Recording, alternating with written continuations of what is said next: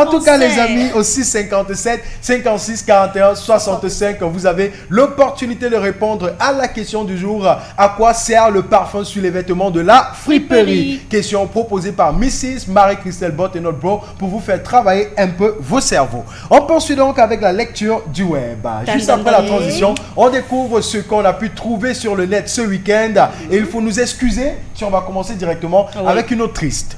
La première lecture de ce matin est un truc qui va un peu nous faire mal au cœur. Ça fait peur quand même. On part à Kumba, dans le quartier Fiango, où une mère, ce vendredi 2 juin 2023, a battu son enfant à mort.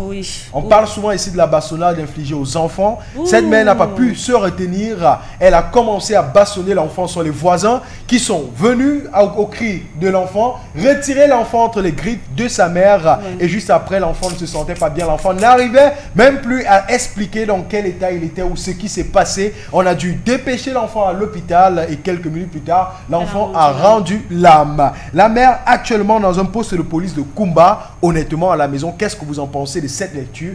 Première lecture de ce matin. Mrs. Marie-Christelle, Alvin Daniela ou Lestenen. Moi, je suis sous le choc. Je suis sous le choc depuis que j'ai vu cette histoire et je n'arrive pas à poser un jugement sur cette maman.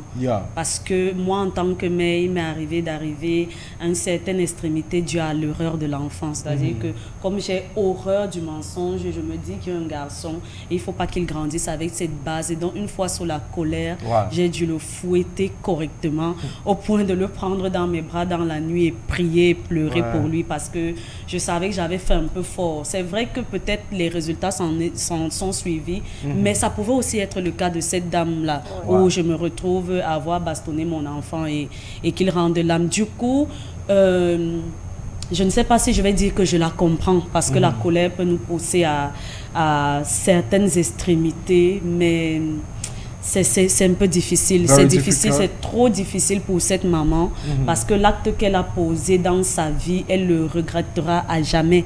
Quelle que soit la sanction que la loi va lui donner, ça ne peut pas être plus lourd que le poids qu'elle a sur sa conscience. Du coup, j'ai beaucoup de peine pour elle et j'espère qu'elle pourra elle-même se pardonner la faute qu'elle a commise et qu'après avoir vu les images de cette maman-là, que beaucoup de parents se remettent en question sur la gestion de la colère envers soit leurs enfants, envers soit les personnes qui les entourent. Merci, Mrs. Marie-Christelle. Let me say that's a very poignant point of view, you know, very deep, okay? Because here inside, many people shall stigmatized on the mother, but you shall forget that she has that pain. Personne ne bat son enfant pour tuer, but that happens. Why did it happen? Mrs. Alvin Daniela will listen and tell you.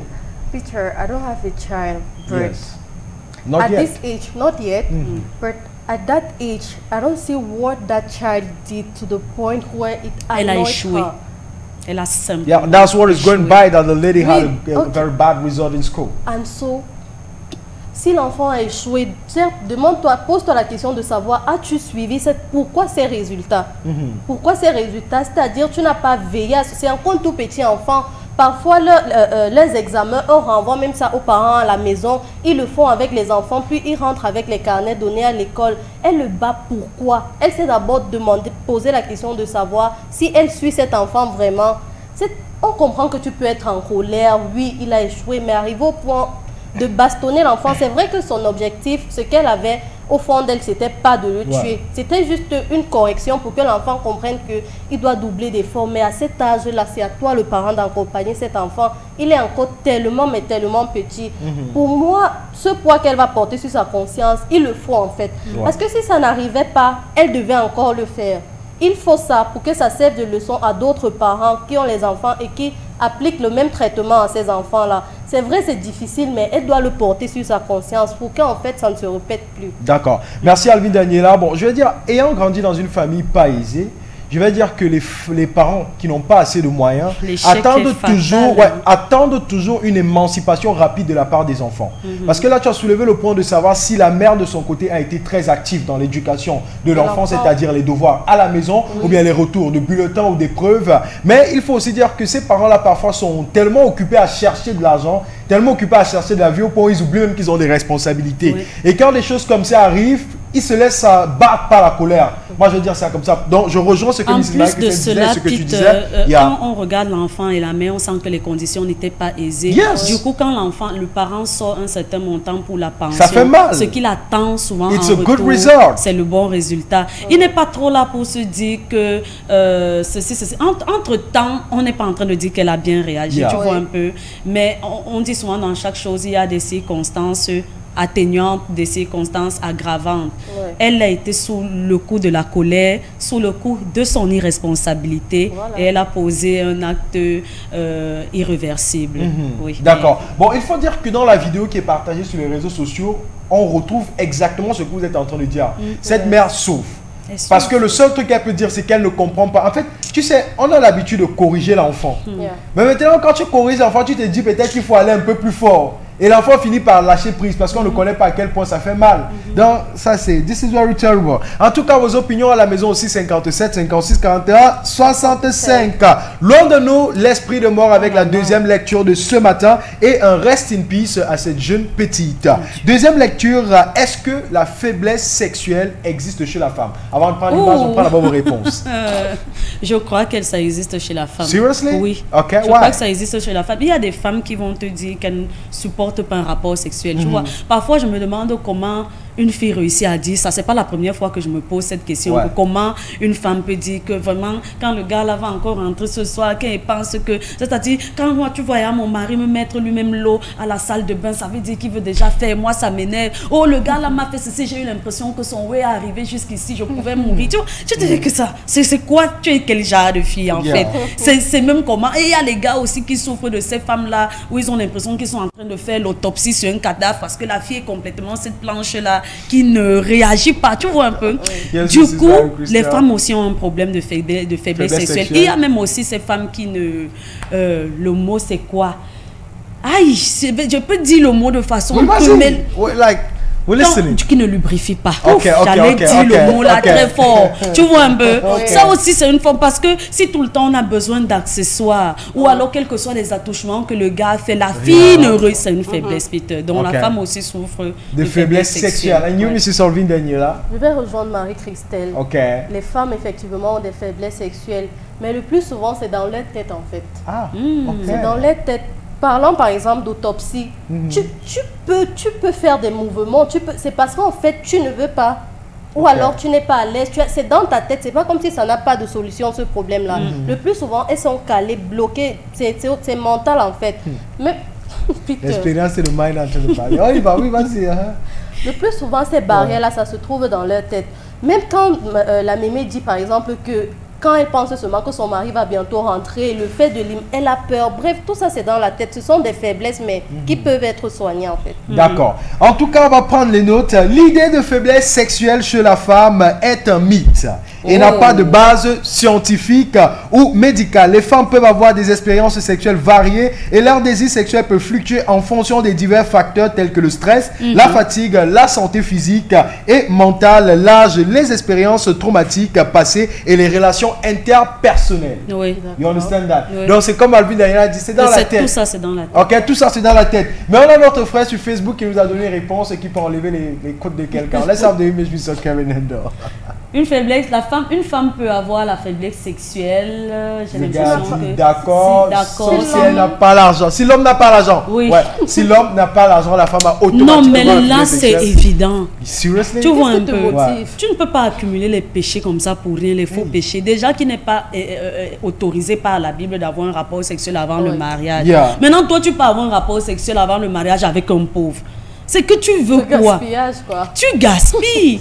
Mieux tu aies une raison que quand le dernier jour il va arriver, la vie te pose la question, tu vas lui dire que Père, j'ai cru que comme tu aides les gens par personne interposée, que pour payer mes études, il fallait donc que je sois... Tu vois un peu? Mais pour rien comment? Donc normalement, une femme doit avoir une faiblesse sexuelle si c'est que le mec... il va entretenir ton appareil avec quoi sans Mrs. Marie Christelle. Now let's come back to the fact that Mrs. Marie Christelle talked about the female fluid. You know, when you're horny, let me say it in that way, the man is generally visible because it's an outside effect. But now the woman is through the lubrication that you understand that a woman wants to have sex with you. Now some women don't, whereas they have to. ok? And this is because of some situations they have.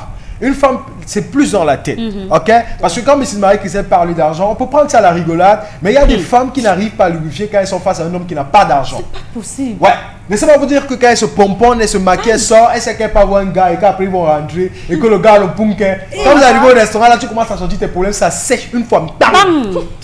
Et ce n'est pas une blague. Tu suis non, ce n'est pas une blague. Si tu veux, tu forces, tu auras l'impression de manger le pain qui a fait 2 jours. C'est comme avoir un rapport sexuel avec une personne qui est sale physiquement. Voilà. Ça te coince, tu vois, c'est pareil. Un homme, il arrive là. Oui, non, un homme, il arrive là. Dès qu'il fait descendre le sous-vêtement de la go, il y a une odeur qui remonte. Il est coincé. Tu vois sa réaction, il est coincé. C'est la même chose qui nous arrive quand tu n'as pas d'argent, frère.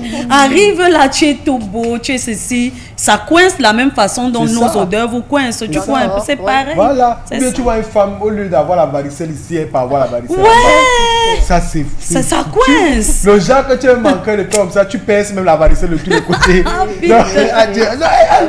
Les hommes vivent des choses ici dehors. Oui, hein? Ok, les hommes, il y a des quartiers où quand tu vois une femme sécher ses sous-vêtements, tu te demandes bien si c'est la nappe qu'ils utilisent à la maison ou bien c'est. En fait, tu vas comprendre. Parce que. How can Jesus Christ of Nazareth? Troisième lecture de ce matin à titre éducatif, les amis. On vous ramène quelques types de passeports. Au Cameroun, Mrs. Marie-Christelle, Alvin Daniela, vous connaissez combien de types de passeports? Au Cameroun? Ouais. Il y a le. Passeport biométrique. Mince. Alvin Daniela. Je sais qu'il y a le passeport professionnel. Ouais. Il y a le passeport diplomatique. Ouais. Et puis notre passeport, si le vert. Le passeport lambda. Le passeport lambda. Ouais, Alvin Daniela, on t'écoute quand même. Il y a saying something. Le passeport biométrique, like it's done online, quick, and then they deliver it to you. Yes. Et le passeport diplomatique, that's the two I know. Ah, Jesus Christ. Donc le passeport diplomatique ne peut pas être que biométrique. It can. J'adore la manière. En fait, tu sens quelqu'un qui veut comprendre parce qu'elle ne comprend pas, elle vous dit ça. On adore. Mrs. Marie-Christelle, thank you so much. Parce qu'au Cameroun, effectivement, on a 3 types de passeport. Premier passeport qui est le passeport diplomatique rouge Bordeaux, réservé aux officiels et aux diplomates. On dit quoi? Quand tu as le passeport, c'est là que tu demandes le visa le matin à 6h, on te donne ça à 14h. Maintenant, le deuxième passeport qui est le passeport marron, et pour les travailleurs qui voyagent constamment, ça c'est un passeport de travail. Et on parle là du personnel de l'ONUCI ou l'UNICEF, des trucs comme ça. Là, tu demandes peut-être le visa aujourd'hui, on te donne demain. Et même pour les fonctionnaires, enfin les travailleurs de la fonction publique, parfois tu as une certaine mission à faire ou tu as ce passeport soit une bourse, mais parce que tu ne veux pas laisser ton service, on te confie ce passeport-là parce qu'on sait que tu vas faire quelque chose et puis tu reviens. Merci Mrs. Marie-Christelle. Troisième passeport qui est le passeport vert, c'est le passeport ordinaire. Avec celui-ci, quand tu demandes le visa, mon frère, tu connais déjà, cherche un groupe de prières. Ok? Tu fais tes prières. Il faut déjà que ça sorte. Ça sorte, voilà. Si tu n'as pas l'argent pour faire le passeport express, c'est comme la. Et surtout, ne dis pas à un oncle du village que tu as ce passeport. Maintenant, on nous demande aussi de vous dire que le passeport express n'existe pas. Voilà, merci. Vos choses de passeport express, là, c'est les trucs des bacs. Donc, il ne faut pas penser qu'il y a un endroit. Ce n'est officiel nulle part. Passeport express. Le passeport. Le passeport, il y a une voie normale pour avoir un passeport, un temps de délivrance de ton passeport. Le truc, c'est les Camerounais ont tendance à normaliser les choses anormales. En fait. Parce que maintenant, vous avez fait du choco, une voie normale. C'est qui fait en sorte que quelqu'un, lui, choco 150 000 pour avoir un passeport. Et il surnomme ça le passeport express. Ça veut dire que la signature de Siam Barangele qui est dessus n'est pas la même que ta part. Bon, quatrième lecture de ce matin, on prend l'avion pour les États-Unis. Alléluia. Mongo Fire, ressuscité, mais pas ici, aux États-Unis. Ah bon, ils ont imité. Ils ont imité. Bon, Mrs. Marie qui s'est envie d'aller là, la personne actuellement autour de vous que vous connaissez qui a le plus d'enfants, c'est combien? Le plus d'enfants. J'ai demandé à ma tante de mon village si elle connaissait tous ses enfants. Ils sont peut-être 7. Je lui ai demandé que tu connais tous leurs noms. Elle s'est mise à rire dessus. 14. 14 pour toi. Moi, je connais un qui a 14. Un voisin, il a 14 enfants. Jesus, mon avec père une seule femme. Oui. Ah, non, mon père, avec une femme, c'est 14 enfants. C'est la truie, papa. Attends, c'est ça que je veux savoir. 14 enfants. Seigneur Jésus-Christ. Attends, il portait 3, 4, 4. Il y a 2 jumeaux et le reste c'est 1. Hey. Donc 2 grossesses jumellaires et 4. Et le reste 1. On peut jamais prendre celui-là ambassadeur du marque représentatif. Non, on peut pas. That's very terrible. En tout cas, il faut dire que de nos jours, c'est difficile de trouver une personne qui dépasse la barre de 14 ou bien 10 par exemple. Donc en temps de 14, selon ton voisin Alvin Daniela, c'est surprenant. Raison pour laquelle ce chauffeur américain nous a également surpris sur la toile. Ce week-end en nous proposant quelques clichés avec 24 de ses 33 enfants. 24 de ses 33 enfants, il a fait plusieurs photos et il faut dire que les gens se sont versés sur lui. On connaît que la vie aux États-Unis n'est pas si facile. Comment est-ce qu'il arrive à prendre soin de tous ses enfants? Et il faut dire que les mères témoignent que c'est un père très responsable. Il prend soin de tout. Ou toutes le gars est un travailleur. Donc tu as le temps de finir le taxi, où tu as assis toute la journée, le dos. Mais tu peux encore aller faire le nombre d'enfants, c'est chaque nuit. Mais moi, je pense quand même qu'ils nous ont mis dans un cocon où faire trop d'enfants, c'est un problème, machin. Tu vois, tout est d'abord venu de la Chine, où parce qu'il y avait une surélévation de la population, on a dit maintenant un enfant par famille, parce que c'est la Chine populaire. Après, c'est venu le planning familial, et puis on nous a montré là-bas que quand tu as peu d'enfants, tu as trop, en fait tu en as 3. Du coup, avoir beaucoup d'enfants en Afrique, c'est devenu la pauvreté. Pourtant, moi, je vois encore sur les émissions de TF1, où on appelle les familles XXL. Donc, tu vois quand même des Français qui ont réussi à avoir 6 enfants, ils font comment? Alors que nous, ici, depuis qu'on grandit, on se dit, non, moi, je veux me taper mes 3 là. Parce qu'on veut mettre une pseudo-richesse dans la tête. Moi, je n'aimerais pas avoir cette limite. Mais quand tu vois comme ça, les gars sont bien portants. Comment on peut nous dire que la vie est aussi difficile aux États-Unis et il a ce nombre d'enfants et les gars ont réussi à avoir les mêmes t-shirts. Voilà. Le truc c'est quand tu pars sur le scale pour un chauffeur américain, parce que là on a dit son poste. Ça vous avez dit que Kanye West a 33, ça allait surprendre. On a dit Il y a par exemple Nick Cannon qui est un acteur, je pense qu'il a 7 ou 6 ou 10, un truc comme ça. Il y a même Angelina Jolie aussi. Voilà, qui en a plusieurs, mais ils ont les moyens, donc ça ne surprend personne. Mais là, un chauffeur de camion qui a 33 enfants, et il faut dire qu'il a aussi 33 ans. Hey! Donc, there is like 1 year, 1 kid, 1 year, 1 attendez, on peut mettre un peu l'image de il a 3 femmes, donc. C'est vrai que Jésus, à son époque. Voilà. Hey! C'est les muscles qui l'ont gonflé. Ah ça? Ah ça? Moi j'ai l'impression de voir le mari de On s'en fout. Et c'est le mari de On s'en fout qui a 33 ans. Le bébé qu'il a en main là est beau jusqu'aux mêmes chaussures. Mais j'ai envie de dire quand même que les chauffeurs des gros porteurs là ne sont pas pauvres. Même au Cameroun, sont un peu avec un chauffeur de grumier, ma soeur. C'est vraiment facile. Le plantain ne manquera plus jamais chez toi. Et le plantain dans tous les sens. Et les gars sont des gars qui fonctionnent avec l'or sur eux. Oui! Ce sont même les gars qui ont même aussi un peu le ngrimba. Parce que tu crois que dormir en route comme ils dorment sur le goudron, là, c'est facile. Donc tu vois, il pose le matelas sur les roues, il dort. Le matin, il le trouve des jours, des nuits. Il porte les billes de bois, il arrive pas à livrer, il revient. Tu crois qu'ils sont faciles? Je te dis, ce sont des gars qui ont l'argent. Ce sont des gars qui font des villages. On leur donne certaines richesses dans les villages. Il faut bien m'écouter comme si je suis une pro. Tu vois un peu, non? Écoutez-moi en tant que expert. Non, Jésus-Christ.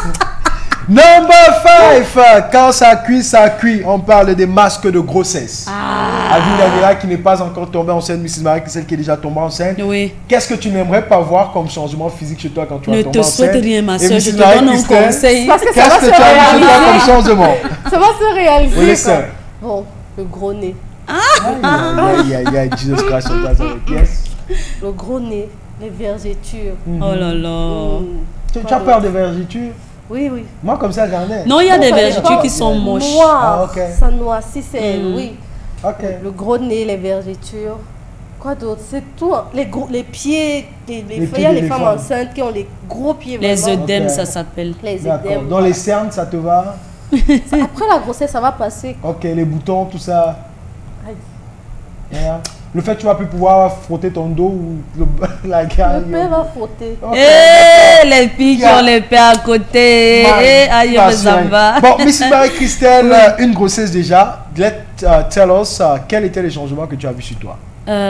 J'avais pris du poids, mais j'avais un excellent visage. Mais alors, un visage parfait. Si je pouvais avoir ce visage sans être enceinte, j'avais vraiment pas de masque. Mon masque était au niveau de mon cou. C'est-à-dire que quand tu me voyais du visage, les mains, les cuisses, les pieds, j'étais tellement claire, propre. Mais ici, quand tu me voyais de loin, tu croyais que j'ai attaché un foulard noir, alors que c'était la couleur de mon cou.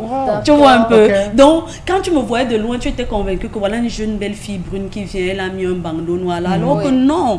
C'était là, en fait, mon masque. Et j'aimais ça. Et j'avais une grossesse qui n'aimait pas trop le bain. Donc, du coup, vous voyez, c'est ma grossesse qui n'aimait pas le bain. Tu vois, c'est pas moi-même. Du coup, j'ai l'impression que ce sont les saletés là qui s'accumulaient autour de... Tu avais ça, la couche était lavée. Non, est-ce que je voulais me laver, quoi? Quand on me disait que quand j'entrais là-bas, il faisait ça. Je n'aimais pas le bain. L'enfant là n'aimait pas le bain. Tu vois un peu, non? Donc j'avais ce cou noir là. Sinon pour le reste, j'avais une poussée de cheveux extrême. J'avais des ongles qui poussaient. J'étais quand même belle. Du coup, j'ai quand même peur de ce qui peut venir là. Bon, à la maison, ceux qui ont déjà eu à avoir des enfants, les masques de grossesse que vous avez remarqués sur vous, aussi 57, 56, 41, 65. Si vous êtes une jeune demoiselle qui n'a pas encore d'enfant, les masques de grossesse que vous n'aimeriez pas avoir, aussi 57, 56, 41, 65. Moi, je vais ramener celui d'une de mes tantes. Moi, ça m'avait fait peur. Parce que elle avait le gros nombril. Et maintenant... La grossesse encore et ça encore poussé. On dirait la trompe de l'éléphant. En fait, je sais où l'enfant était situé. Parce qu'il faut dire que le nombril prenait même le poids du ventre. Non, c'était quelque chose. Donc, en fait, il avait tout un appartement. Alors, ça va, c'était pas seulement. Il y avait des salles. Il pouvait stocker sa nourriture. Mais ça faisait peur.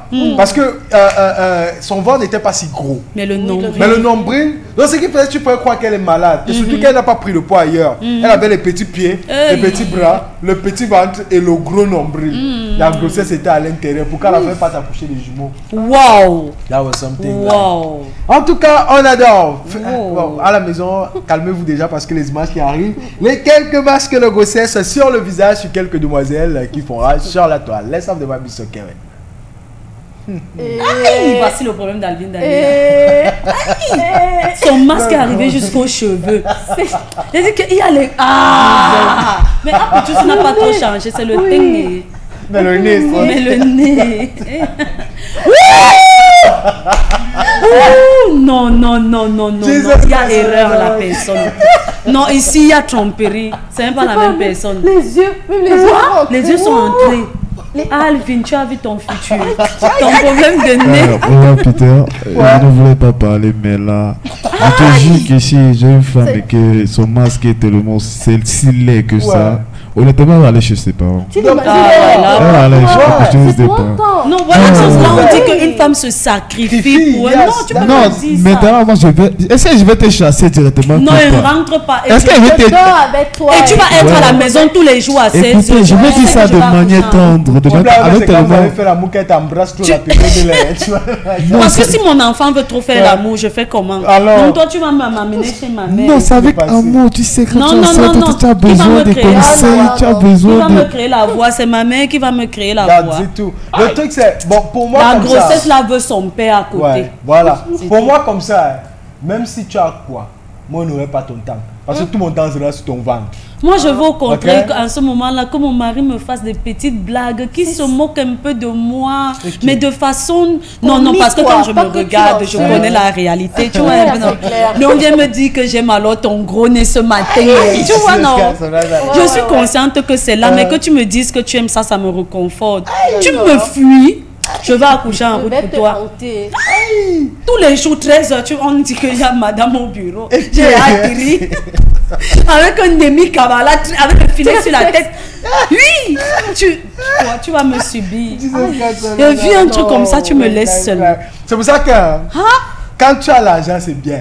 Quand ta femme est enceinte, tu l'envoies pas en bain, là, il passe se reposer. Parce que la neige ne permet pas certains changements. Quoi? La neige, c'est comme... Attends un peu, tu vois quand on met quelqu'un dans la morgue, la personne ressort noire. C'est la neige, ça t'assombrit. Ne blague. Je te dis que ça te rend plus foncé. Là-bas, ce qui peut t'arranger un peu, c'est l'été, le soleil, là, ça te met de la neige. Ça te gâte le corps totalement. C'est toi aussi, tu n'aimais pas l'huile. Je n'aimais pas les parfums. Comment elle va se oigner là? Non, je devais un peu me faire caca quand il sort de la chambre, on sent un peu l'odeur comme si... Ce que je n'aimais pas, c'est les parfums. J'avais aussi un savon là que j'utilisais, jusqu'aujourd'hui je ne supporte plus. C'est-à-dire que ça m'a fait partie complètement. C'était carrément la gamme, mais les deux là, c'était que quand tu mets ça, je peux t'étrangler. La grossesse, c'est un moment difficile. Tu veux manger les peaux de bœuf là maintenant. on te fait les peaux de bœuf, tu sens l'odeur de ça, tu ne veux plus. Dès que tu mets dans la bouche, on croit que tu fais semblant, tu commences à faire voilà ça qui ressort entier comme tu as chop. Donc, la grossesse. Maman, non. Moi, je veux un enfant, on va t'injecter le glucose. Je veux un enfant en santé. Donc, tu vas manger des graines de force. Non, tu manges, tu vois, mais là, tu choisis un peu trop ce que tu veux manger. Et parfois, c'est un goût qui te vient à l'esprit. Là, dès qu'on te donne dans ça maintenant, ça repart. C'est trop... Bon, moi, j'ai une question. Les femmes enceintes que je vois souvent dans mon quartier, là-bas, à côté où les maguinas vendent les bilibili, là, avec les bois sur la tête, elles aussi, elles ont les goûts que quand elles veulent manger ça. C'est là que j'en arrivais, Pete, tu vois un peu, j'en arrivais à ce niveau parce que dans le premier trimestre, j'étais un peu malade. C'est-à-dire que les choses qui m'arrivaient, c'était que je n'allais pas bien. Mon corps ne supportait pas la nouvelle présence de l'autre. Il a fallu que j'aille à l'hôpital avec les médicaments qu'on a donnés. Il y a des trucs qui ont vraiment beaucoup changé. Donc maintenant, mes goûts, soit je me tournais vers ma mère, soit je me concentrais sur mon ventre.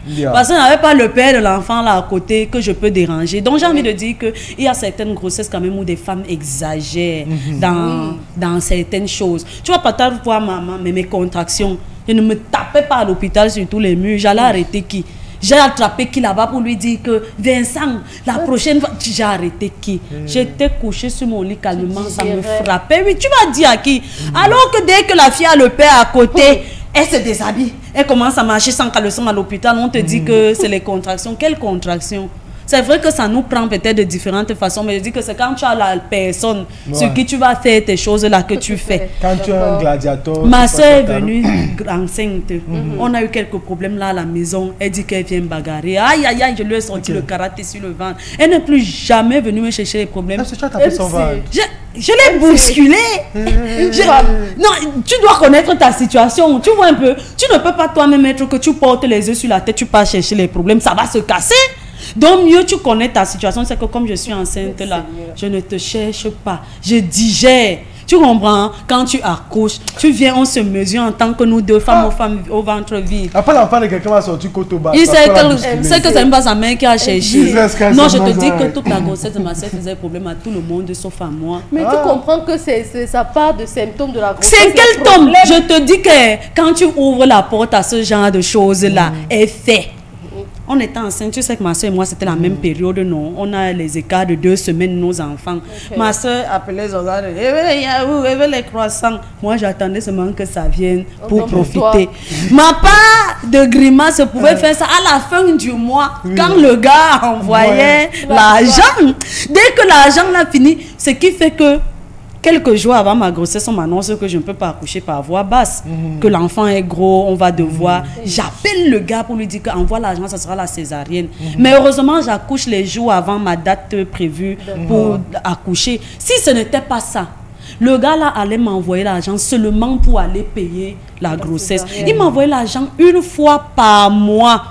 Tu comprends un peu? Donc maintenant, quand le test de mon pelvis scan est sorti, on a dit que césarienne. Il a envoyé l'argent, mais j'étais à l'aise quand j'ai accouché. Parce que quand j'arrive là-bas, on dit que non, il y a 1 centimètre à exploiter.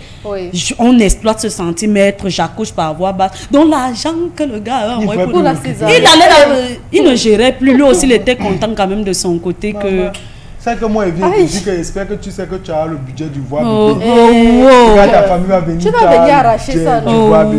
Ta famille va venir, on va se regarder. En tout cas, les amis, on l'adore. Tu sais ce que l'enfant peut créer dans une famille, dans une relation. Tu oublies, hein. Il y a beaucoup de... le bonheur. Oui, parce que moi, on me disait qu'il est en train de partager les choses aussi aux gens. Tu vois un peu? Oui, l'enfant. En tout cas, on adore, les amis. Vous avez reçu là des conseils gratuits de la part de Mrs. Alvin Daniela et de Mrs. Marie-Christelle, ténor qui nous propose son nouveau bébé. Allons écouter juste après. On se retrouve pour You Child by Alvin Daniela.